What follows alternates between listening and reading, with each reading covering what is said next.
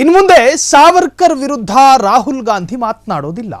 Supreme ಕೋರ್ಟ್ಗೆ ರಾಹುಲ್ ಗಾಂಧಿಯಿಂದ ವಾಗ್ದಾನ. ಸಾವರ್ಕರ್ ವಿರುದ್ಧದ ಹೇಳಿಕೆಗೆ ಸುಪ್ರೀಂ ಕೋರ್ಟ್ ತೀವ್ರ ಅಸಮಾಧಾನ ವ್ಯಕ್ತಪಡಿಸಿದೆ. ಇನ್ನು ಮುಂದೆ ಸಾವರ್ಕರ್ ವಿರುದ್ಧ ರಾಹುಲ್ ಗಾಂಧಿ ಮಾತನಾಡೋದಿಲ್ಲ. ಸುಪ್ರೀಂ ಕೋರ್ಟ್ಗೆ ರಾಹುಲ್ ಗಾಂಧಿಯಿಂದ ವಾಗ್ದಾನ. ಸಾವರ್ಕರ್ ವಿರುದ್ಧದ ಹೇಳಿಕೆಗೆ ಸುಪ್ರೀಂ ಕೋರ್ಟ್ ತೀವ್ರ ಅಸಮಾಧಾನವನ್ನು ವ್ಯಕ್ತಪಡಿಸಿದೆ. ಲೋಕಸಭೆ ವಿರೋಧ ಪಕ್ಷದ ನಾಯಕ ರಾಹುಲ್ ಗಾಂಧಿಗೆ ತರಾಟೆ. ಸ್ವಾತಂತ್ರ್ಯ ಹೋರಾಟಗಾರರನ್ನು ಗೌರವಿಸುವ ರೀತಿಯೇ ಇದು. ಭವಿಷ್ಯದಲ್ಲಿ ಇಂತಹದ್ದೇ ಹೇಳಿಕೆ ನೀಡಿದರೆ ಸ್ವಯಂ ಪ್ರೇರಿತ ಮೊಕದ್ದಮೆ. ಸುಪ್ರೀಂ ಕೋರ್ಟ್ನಿಂದ ರಾಹುಲ್ ಗಾಂಧಿಗೆ ಎಚ್ಚರಿಕೆ. ಇನ್ನು ಮುಂದೆ ಸಾವರ್ಕರ್ ವಿರುದ್ಧ ರಾಹುಲ್ ಗಾಂಧಿ ಮಾತಾಡೋದಿಲ್ಲ. ಸುಪ್ರೀಂ ಕೋರ್ಟ್ಗೆ ರಾಹುಲ್ ಗಾಂಧಿ ವಾಗ್ದಾನ ಮಾಡಿದ್ದಾರೆ. ಸಾವರ್ಕರ್ ವಿರುದ್ಧದ ಹೇಳಿಕೆಗೆ ಸುಪ್ರೀಂ ಕೋರ್ಟ್ ತೀವ್ರ ಅಸಮಾಧಾನ. ಲೋಕಸಭೆ ವಿರೋಧ ಪಕ್ಷದ ನಾಯಕ ರಾಹುಲ್ ಗಾಂಧಿಗೆ ತರಾಟೆ. ಸ್ವಾತಂತ್ರ್ಯ ಹೋರಾಟಗಾರರನ್ನು ಗೌರವಿಸುವ ರೀತಿಯೇ ಇದು. ಬೇರೆ ಬೇರೆ ಅಭಿಪ್ರಾಯಗಳು, ಬೇರೆ ಬೇರೆ ಹೇಳಿಕೆಗಳು, ಬೇರೆ ಬೇರೆಯ ಅಭಿಪ್ರಾಯಗಳೆಲ್ಲ ಇದೆ ಸಾವರ್ಕರ್ ಬಗ್ಗೆ. ಬ್ರಿಟಿಷರ ಜೊತೆ ಕ್ಷಮೆಯಾಚಿಸಿದ್ದು ಸಾವರ್ಕರ್ ಅಂತ ಹೇಳಲಾಗುತ್ತೆ ಒಂದು ವರ್ಗದ ಅಭಿಪ್ರಾಯ. ಬ್ರಿಟಿಷರು ಜೈಲಿಗೆ ಹಾಕ್ತಾರೆ ಸಾವರ್ಕರ್ ಅವರನ್ನು. ನನ್ನನ್ನು ಬಿಟ್ಟು ಬಿಡಿ ಅಂತ ಹೇಳಿ ಕ್ಷಮೆಯಾಚನೆ ಮಾಡಿದ್ದು ಇತಿಹಾಸದಲ್ಲಿ ಇನ್ನೂ ಕೂಡ ಉಲ್ಲೇಖ ಇದೆ. ಆ ಬಗ್ಗೆಯೂ ಸಾಕಷ್ಟು ವಾದ ವಿವಾದಗಳೆಲ್ಲ ನಡೀತಾ ಇದೆ. ರಾಹುಲ್ ಗಾಂಧಿ ಸಾವರ್ಕರ್ ಬಗ್ಗೆ ಏನೋ ವಿಮರ್ಶೆ ಮಾಡುವ ಸಂದರ್ಭದಲ್ಲಿ ಸಾಕಷ್ಟು ಹೇಳಿಕೆಯನ್ನು ಕೊಟ್ಟಿದ್ರು. ಆ ವಿಚಾರಕ್ಕೆ ಸಂಬಂಧಪಟ್ಟ ಹಾಗೆ ಈಗ ಕೋರ್ಟ್ ತರಾಟೆಗೆ ತೆಗೆದುಕೊಂಡಿದೆ. ರಾಹುಲ್ ಗಾಂಧಿಯ ಸುಪ್ರೀಂ ಕೋರ್ಟ್ ಹೇಳಿದ್ದು ಸ್ವಾತಂತ್ರ್ಯ ಹೋರಾಟಗಾರರನ್ನು ಈ ತರಹ ನಿಂದಿಸೋದಾ ಅಥವಾ ಮಾತನಾಡೋದಾ, ಪ್ರಶ್ನೆ ಮಾಡೋದಾ ಅಂತ ಹೇಳಿ ಕೇಳಿದೆ. ಆದರೆ ಸಾವರ್ಕರ್ ಸ್ವಾತಂತ್ರ್ಯ ಹೋರಾಟಗಾರರಾಗಿದ್ರಾ ಎನ್ನುವಂತಹದ್ರ ಬಗ್ಗೆ ಸಾಕಷ್ಟು ಅಭಿಪ್ರಾಯಗಳಿದ್ದಾವೆ. ಭವಿಷ್ಯದಲ್ಲಿ ಸಾವರ್ಕರ್ ವಿರುದ್ಧ ಹೇಳಿಕೆ ನೀಡದಂತೆ ರಾಹುಲ್ ಗಾಂಧಿಗೆ ಎಚ್ಚರಿಕೆಯನ್ನು ಕೊಡಲಾಗಿದೆ. ವೈಸ್ರಾಯ್ಗೆ ಪತ್ರ ಬರೆಯುವಾಗ ಮಹಾತ್ಮ ಗಾಂಧಿ ಅವರು ನಿಮ್ಮ ನಂಬುಗೆಯ ಸೇವಕ ಎಂದು ಬರೆಯುತ್ತಿದ್ದರು. ಈ ಬಗ್ಗೆ ನಿಮ್ಮ ಕಕ್ಷಿದಾರರಿಗೆ ಅರಿವಿದೆಯಾ ಅಂತೇಳಿ ಪ್ರಶ್ನೆ ಮಾಡಿದೆ. ನಿಮ್ಮ ಕಕ್ಷಿದಾರರ ಅಜ್ಜಿ ಇಂದಿರಾ ಗಾಂಧಿ ಅವರು ತಾವು ಪ್ರಧಾನಿಯಾಗಿದ್ದಾಗ ಸಾವರ್ಕರ್ ಅವರನ್ನ ಪ್ರಶಂಸಿಸಿ ಪತ್ರ ಬರೆದಿದ್ದರು. ಪ್ರಶ್ನಾರ್ಥಕ ಇದೆ. ಇದರ ಬಗ್ಗೆ ನಿಮ್ಮ ಕಕ್ಷಿದಾರರಿಗೆ ಅರಿವಿದೆಯಾ? ರಾಹುಲ್ ಗಾಂಧಿ ಪರ ವಕೀಲ ಅಭಿಷೇಕ್ ಮನು ಸಿಂಘ್ವಿಗೆ ಪ್ರಶ್ನೆಯನ್ನ ಕೇಳಲಾಗಿದೆ. ಸುಪ್ರೀಂ ಕೋರ್ಟ್ ನ್ಯಾಯಮೂರ್ತಿ ದೀಪಾಂಕರ್ ದತ್ತಾ ಪ್ರಶ್ನೆಯನ್ನ ಮಾಡಿದ್ದಾರೆ. ಭವಿಷ್ಯದಲ್ಲಿ ಸಾವರ್ಕರ್ ವಿರುದ್ಧ ಹೇಳಿಕೆ ನೀಡದಂತೆ ರಾಹುಲ್ ಗಾಂಧಿಗೆ ಎಚ್ಚರಿಕೆಯನ್ನು ಕೊಡಲಾಗಿದೆ. ವೈಸ್ರಾಯ್ಗೆ ಪತ್ರ ಬರೆಯುವಾಗ ಗೌರವವನ್ನು ಕೊಡಲಾಗ್ತಾ ಇತ್ತು. ಇನ್ನು ಸಾವರ್ಕರ್ ವಿಚಾರವಾಗಿ ಸಾಕಷ್ಟು ಅಭಿಪ್ರಾಯಗಳಿರೋದ್ರಿಂದಾಗಿ ಗಾಂಧಿ ಹತ್ಯೆ ಪ್ರಕರಣ ಬಂದಾಗಲೂ ಕೂಡ ಒಂದಷ್ಟು ವಿಚಾರಗಳು ತಳುಕು ಹಾಕಿಕೊಂಡಿತ್ತು. ಇನ್ನು ಬ್ರಿಟಿಷರನ್ನ ಒಬ್ಬ ಭಾರತೀಯ ನೇರವಾಗಿ ನಿಷ್ಠೂರತೆಯಿಂದ ಇದ್ದ. ಆದರೆ ಬ್ರಿಟಿಷರನ್ನೂ ಕೂಡ ಹೆಂಗೆಲ್ಲ ಮನವೊಲಿಸಬಹುದು ಅನ್ನುವಂಥದ್ದು ಸಾವರ್ಕರ್ರಿಂದಲೇ ಕಲಿಬೇಕು ಅಂತ ಹೇಳಿ ಸಾಕಷ್ಟು ಜನ ರಾಜಕೀಯವಾಗಿ ಅವರ ವಿರುದ್ಧ ಮಾತನಾಡಿದ್ದನ್ನು ನಾವು ಗಮನಿಸಿದ್ದೇವೆ. ಬ್ರಿಟಿಷರ ಜೊತೆ ಕ್ಷಮೆ ಕೇಳಿದ್ದು, ಹೀಗೆ ಸಾಕಷ್ಟು ವಿವಾದಾತ್ಮಕ ವಿಚಾರಗಳಲ್ಲಿ ಸಾವರ್ಕರ್ ಹೆಸರು ತಳುಕು ಹಾಕಿಕೊಳ್ಳುತ್ತೆ. ಸೊ ಈಗ ಸುಪ್ರೀಂ ಕೋರ್ಟ್ ತೀವ್ರ ತರಾಟೆಗೆ ತೆಗೆದುಕೊಂಡಿರುವಂತಹದ್ದು.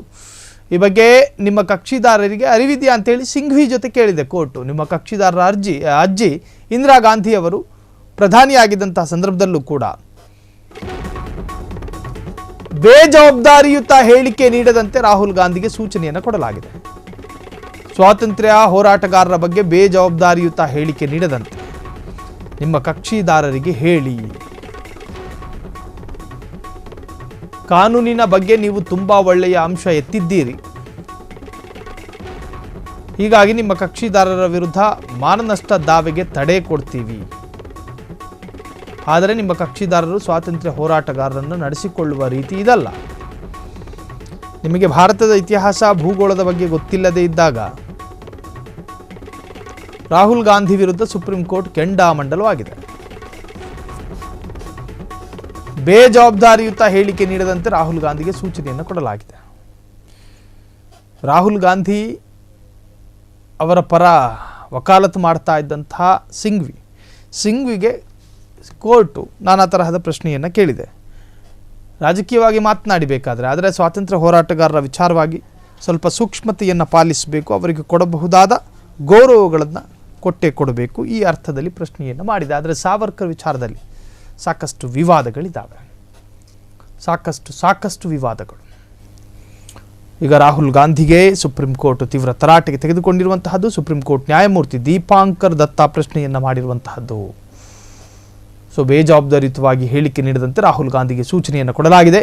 ಸ್ವಾತಂತ್ರ್ಯ ಹೋರಾಟಗಾರರ ಬಗ್ಗೆ ಬೇಜವಾಬ್ದಾರಿಯುತವಾದಂಥ ಹೇಳಿಕೆಯನ್ನು ಕೊಡಬಾರದು. ಅವರು ಹುದ್ದೆಯಲ್ಲಿರುವಂತಹ ವ್ಯಕ್ತಿ ಅಂತ ರಾಜಕೀಯ ಪಕ್ಷವೊಂದರ ನಾಯಕ ಯಾಕೆ ಈ ರೀತಿ ತೊಂದರೆಯನ್ನು ಸೃಷ್ಟಿಸಿಕೊಳ್ಳುತ್ತಿದ್ದಾರೆ ಅಂತ ಹೇಳಿ ನ್ಯಾಯಾಲಯ ಪ್ರಶ್ನೆ ಮಾಡಿದೆ. ಅವರು ಎಲ್ಲಿ ಸಾವರ್ಕರ್ ಪೂಜೆ ಮಾಡಲಾಗುತ್ತದೆಯೋ ಅಂತಹ ಮಹಾರಾಷ್ಟ್ರದ ಅಕೋಲಾಗೆ ಹೋಗಿ ಹೇಳಿಕೆ ಕೊಡ್ತಾರೆ. ಇದೆಲ್ಲ ಮಾಡಬೇಡಿ, ನೀವು ಯಾಕೆ ಅಂತಹ ಹೇಳಿಕೆಯನ್ನು ಕೊಟ್ರಿ ಅಂತ ಹೇಳಿ ನ್ಯಾಯಾಲಯ ಪ್ರಶ್ನೆ ಮಾಡಿದೆ. ರಾಹುಲ್ ಗಾಂಧಿ ಪರ ವಕೀಲರಿಗೆ ಸುಪ್ರೀಂ ಕೋರ್ಟ್ ತೀವ್ರ ತರಾಟೆ. ಬ್ರಿಟಿಷರ ಅವಧಿಯಲ್ಲಿ ಕಲ್ಕತ್ತಾ ಹೈಕೋರ್ಟ್ ನ್ಯಾಯಮೂರ್ತಿಗಳು ಮುಖ್ಯ ನ್ಯಾಯಮೂರ್ತಿಗಳನ್ನ ನಿಮ್ಮ ಸೇವಕರು ಎಂದು ಕರೆಯುತ್ತಿದ್ದರು. ಆದರೆ ಅವರು ಸೇವಕರಾಗಿರಲಿಲ್ಲ. ಮುಂದೊಂದು ದಿನ ಮಹಾತ್ಮ ಗಾಂಧಿ ಬ್ರಿಟಿಷರ ಸೇವಕ ಎಂದು ಕರೆಯಬಹುದು. ನೀವು ಇಂತಹ ಹೇಳಿಕೆಗಳನ್ನು ಪ್ರೋತ್ಸಾಹಿಸುತ್ತಿದ್ದೀರಿ. ಸುಪ್ರೀಂ ಕೋರ್ಟ್ ನ್ಯಾಯಮೂರ್ತಿ ದೀಪಾಂಕರ್ ದತ್ತ ಅಸಮಾಧಾನವನ್ನು ವ್ಯಕ್ತಪಡಿಸಿದ್ದಾರೆ. ಅವರು ಹುದ್ದೆಯಲ್ಲಿರುವಂತಹ ವ್ಯಕ್ತಿ ಹೀಗೆ ಸಾಕಷ್ಟು ಪ್ರಶ್ನೆಗಳ ಮುಖಾಂತರವಾಗಿ ರಾಹುಲ್ ಗಾಂಧಿಯನ್ನು ತರಾಟೆಗೆ ತೆಗೆದುಕೊಂಡಿದ್ದಾರೆ. ನಿಮಗೆ ಭಾರತ ಇತಿಹಾಸ ಭೂಗೋಳದ ಬಗ್ಗೆ ಗೊತ್ತಿಲ್ಲದೆ ಇದ್ದಾಗ ರಾಹುಲ್ ಗಾಂಧಿ ವಿರುದ್ಧ ಸುಪ್ರೀಂ ಕೋರ್ಟ್ ಕೆಂಡಾಮಂಡಲವಾಗಿರುವಂತಹದ್ದು. ಸೊ ಅವರು ಹುದ್ದೆಯಲ್ಲಿರುವಂತಹ ವ್ಯಕ್ತಿ, ರಾಜಕೀಯ ಪಕ್ಷವೊಂದರ ನಾಯಕ, ಯಾಕೆ ಈ ರೀತಿ ತೊಂದರೆಯನ್ನು ಸೃಷ್ಟಿಸಿಕೊಳ್ಳುತ್ತಿದ್ದಾರೆ ಅಂತ ಹೇಳಿ ಪ್ರಶ್ನೆ ಮಾಡಿದೆ. ಅವರು ಎಲ್ಲಿ ಸಾವರ್ಕರ್ ಪೂಜೆ ಮಾಡಲಾಗುತ್ತದೆಯೋ ಅಂತಹ ಮಹಾರಾಷ್ಟ್ರದ ಅಕೋಲಾಗೆ ಹೋಗಿ ಹೇಳಿಕೆಯನ್ನು ಕೊಡ್ತಾರೆ. ಇದೆಲ್ಲ ಮಾಡಬೇಡಿ, ನೀವು ಯಾಕೆ ಅಂತಹ ಹೇಳಿಕೆಯನ್ನು ಕೊಟ್ರಿ ಅಂತ ಹೇಳಿ ಪ್ರಶ್ನೆ ಮಾಡಿದೆ. ಇನ್ನು ರಾಹುಲ್ ಗಾಂಧಿ ಪರ ವಕೀಲರಿಗೆ ಸುಪ್ರೀಂ ಕೋರ್ಟ್ ತರಾಟೆ. ಬ್ರಿಟಿಷರ ಅವಧಿಯಲ್ಲಿ ಕಲ್ಕತ್ತಾ ಹೈಕೋರ್ಟ್ ನ್ಯಾಯಮೂರ್ತಿಗಳು ಮುಖ್ಯ ನ್ಯಾಯಮೂರ್ತಿಗಳನ್ನು ನಿಮ್ಮ ಸೇವಕರು ಎಂದು ಕರೀತಾ ಇದ್ರಂತೆ. ಆದರೆ ಅವರು ಸೇವಕರಾಗಿರಲಿಲ್ಲ. ಮುಂದೊಂದು ದಿನ ಮಹಾತ್ಮ ಗಾಂಧಿ ಬ್ರಿಟಿಷರ ಸೇವಕ ಎಂದು ಕೂಡ ಕರೆಯಬಹುದು. ನೀವು ಇಂತಹ ಹೇಳಿಕೆಗಳನ್ನು ಪ್ರೋತ್ಸಾಹಿಸುತ್ತಿದ್ದೀರಿ. ಸುಪ್ರೀಂ ಕೋರ್ಟ್ ನ್ಯಾಯಮೂರ್ತಿ ದೀಪಾಂಕರ್ ದತ್ತ ಅಸಮಾಧಾನವನ್ನು ವ್ಯಕ್ತಪಡಿಸಿದ್ದಾರೆ. ನಿಮ್ಮ ಕಕ್ಷಿದಾರರು ಯಾರಿದ್ದಾರೋ ಅವರ ವಿರುದ್ಧದ ಮಾನನಷ್ಟ ಪ್ರಕರಣಕ್ಕೆ ತಡೆ ಕೊಡ್ತಾ ಇದ್ದೀವಿ. ನಿಮ್ಮ ಕಕ್ಷಿದಾರರ ವಿರುದ್ಧ ಇದ್ದಂತಹ ಮಾನನಷ್ಟ ಪ್ರಕರಣಕ್ಕೆ ತಡೆ ಕೊಡ್ತಾ ಇದ್ದೀವಿ ರಾಹುಲ್ ಗಾಂಧಿಯ ಬಗ್ಗೆ. ಆದರೆ ಭವಿಷ್ಯದಲ್ಲಿ ಇಂತಹ ಬೇಜವಾಬ್ದಾರಿ ಹೇಳಿಕೆ ಕೊಡದಂತೆ ಸಂಯಮ ವಹಿಸಲು ಹೇಳಿ. ಒಂದಂತೂ ಸ್ಪಷ್ಟವಾಗಿ ತಿಳಿದುಕೊಳ್ಳಿ, ಒಂದು ವೇಳೆ ಭವಿಷ್ಯದಲ್ಲಿ ಇಂತಹದ್ದೇ ಹೇಳಿಕೆ ಕೊಟ್ಟರೆ ನಾವೇ ಖುದ್ದಾಗಿ ಸ್ವಯಂ ಪ್ರೇರಿತ ಪ್ರಕರಣ ದಾಖಲಿಸಿಕೊಳ್ತೇವೆ. ಆ ಪ್ರಕರಣಕ್ಕೆ ನಾವು ತಡೆಯನ್ನ ಕೊಡೋದಿಲ್ಲ. ನಮ್ಮ ಸ್ವಾತಂತ್ರ್ಯ ಹೋರಾಟಗಾರರ ಬಗ್ಗೆ ನಾವು ಈ ರೀತಿ ಮಾತಾಡಲು ಬಿಡೋದಿಲ್ಲ. ಅವರು ನಮಗೆ ಸ್ವಾತಂತ್ರ್ಯವನ್ನು ತಂದುಕೊಟ್ಟಿದ್ದಾರೆ. ನ್ಯಾಯಾಲಯದ ಅಭಿಪ್ರಾಯ ಇದು. ನೀವು ಅವರನ್ನು ಗೌರವಿಸುವ ರೀತಿ ಇದೇನಾ? ಸುಪ್ರೀಂ ಕೋರ್ಟ್ ನ್ಯಾಯಮೂರ್ತಿಗಳಿಂದ ಪ್ರಶ್ನೆ. ಮುಂದೆ ಇಂತಹ ಹೇಳಿಕೆ ನೀಡಲ್ಲ ರಾಹುಲ್ ಗಾಂಧಿ ಪರ ಸುಪ್ರೀಂ ಕೋರ್ಟ್ಗೆ ವಕೀಲ ಸಿಂಘ್ವಿ ವಾಗ್ದಾನವನ್ನು ಮಾಡಿರುವಂತಹದ್ದು. ಸೊ ರಾಹುಲ್ ಗಾಂಧಿ ಇನ್ನು ಮುಂದೆ ಏನಾದರೂ ಸಂಯಮವನ್ನು ಕಳೆದುಕೊಂಡು ರಾಜಕೀಯ ಭಾಷಣದ ಸಂದರ್ಭದಲ್ಲಿ ಸಾವರ್ಕರ್ ಬಗ್ಗೆ ಮಾತನಾಡುವ ಹಾಗಿಲ್ಲ. ಈ ಬಗ್ಗೆ ಮಾಹಿತಿ ಕೊಡೋದಕ್ಕೆ ನಮ್ಮ ಹಿರಿಯ ಪ್ರತಿನಿಧಿ ಅಕ್ಷಯ್ ಈಗ ಡೆಸ್ಕ್ನಿಂದ ಲೈವ್ ಆಗಿ ಜಾಯ್ನ್ ಆಗಿದ್ದಾರೆ. ಅಕ್ಷಯ್, ಸ್ವಾತಂತ್ರ್ಯ ನಂತರ ಗಾಂಧಿ ಹತ್ಯೆಯಿಂದ ಹಿಡಿದು ಸಾಕಷ್ಟು ರಾಜಕೀಯ ಕಾರಣಗಳಲ್ಲಿ ಸಾವರ್ಕರ್ ಒಂದು ರೀತಿಯ ಚರ್ಚಾ ವಸ್ತು. ಇವತ್ತು ರಾಹುಲ್ ಗಾಂಧಿಯನ್ನೇ ನ್ಯಾಯಾಲಯ ಪ್ರಶ್ನೆ ಮಾಡಿದೆ. ಸಾವರ್ಕರ್ ವಿರುದ್ಧ ಇನ್ನು ಮುಂದೆ ಎಲ್ಲಿಯೂ ಕೂಡ ರಾಜಕೀಯ ಭಾಷಣದಲ್ಲಿ ವಿಮರ್ಶೆ ಮಾಡುವಂಥ ಪ್ರಯತ್ನಕ್ಕೆ ಹೋಗಬೇಡಿ. ಒಂದು ವೇಳೆ ನೀವು ಹಂಗೆ ಮಾಡಿದ್ರೆ ನಾವು ಸ್ವಯಂ ಪ್ರೇರಿತ ಕೇಸು ದಾಖಲಿಸಿಕೊಳ್ತೀವಿ ಅಂತ ನ್ಯಾಯಾಲಯ ಹೇಳ್ತಿರಬೇಕಾದ್ರೆ ಏನಿದು ಪ್ರಕರಣ?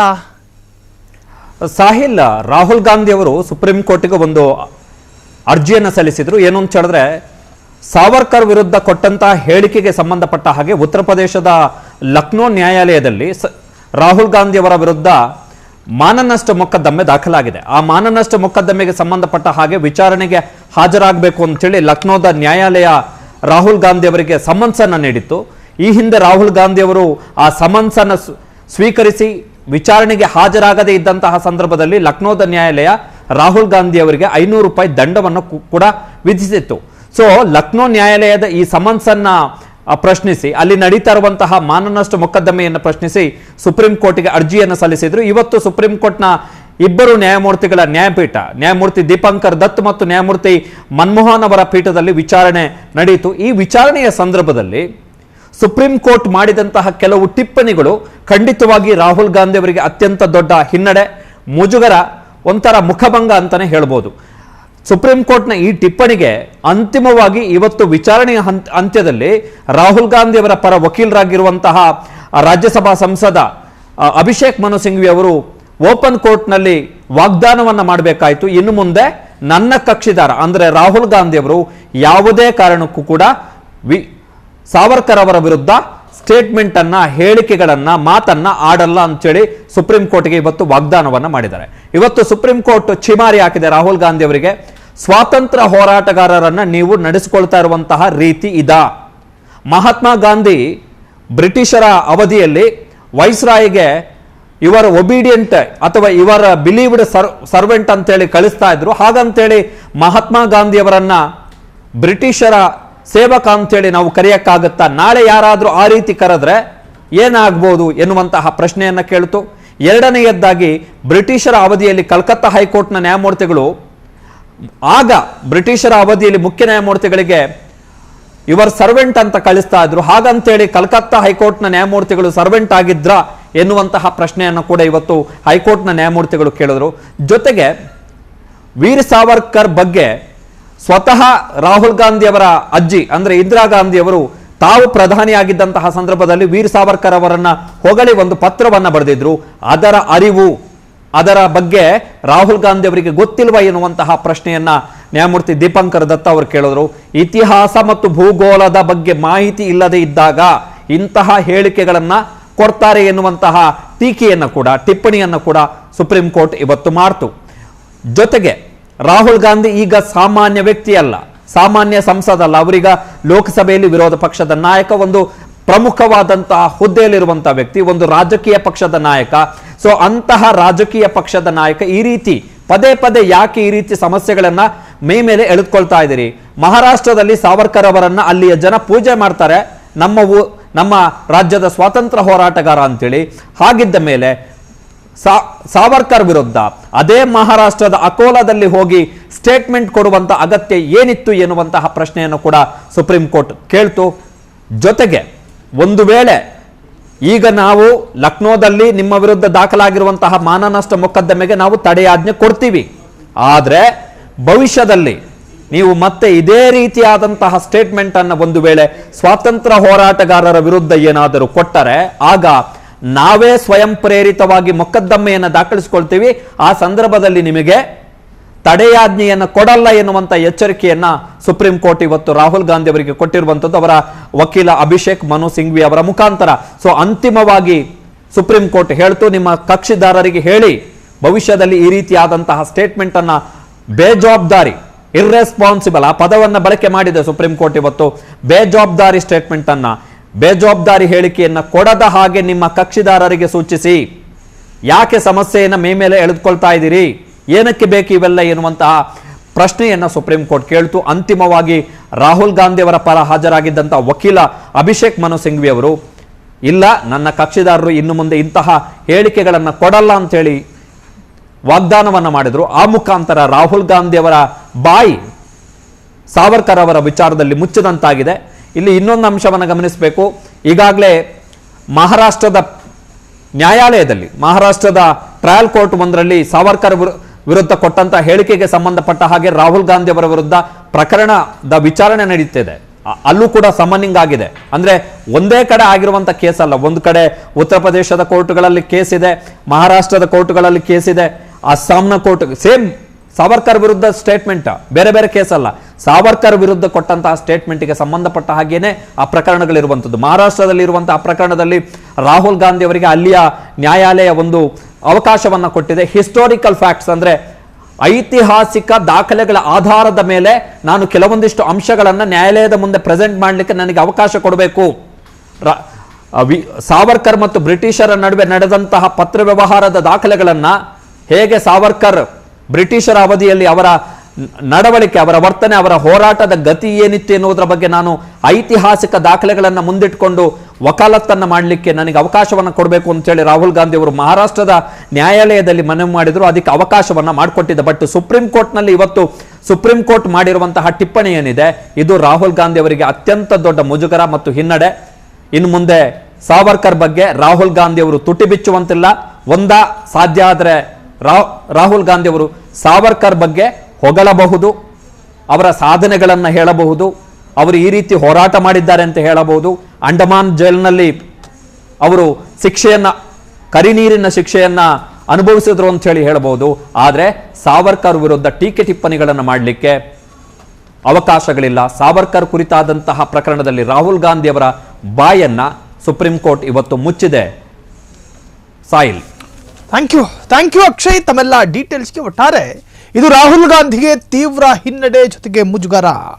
ಕಾರಣ ತಾನು ಹೋಗುವ ಪ್ರತಿಯೊಂದು ರಾಜಕೀಯ ವೇದಿಕೆಯಲ್ಲೂ ಕೂಡ ಸಾವರ್ಕರ್ ಒಂದೇ ಪ್ರಥಮ ವಿಷಯವಾಗಿತ್ತು ರಾಹುಲ್ ಗಾಂಧಿ ಅವರಿಗೆ. ಆದರೆ ರಾಜಕೀಯ ಅಸ್ತ್ರಗಳನ್ನು ಪ್ರಯೋಗ ಮಾಡೋದಕ್ಕೆ ಇದ್ದಂತಹ ಅಸ್ತ್ರಗಳಿಗೆ ಕಾನೂನಾತ್ಮಕವಾಗಿ ಈಗ ಬೀಗ ಜಡಿಯಲಾಗಿದೆ. ಮುಂದೇನಾಗುತ್ತೋ ಕಾದು ನೋಡೋಣ.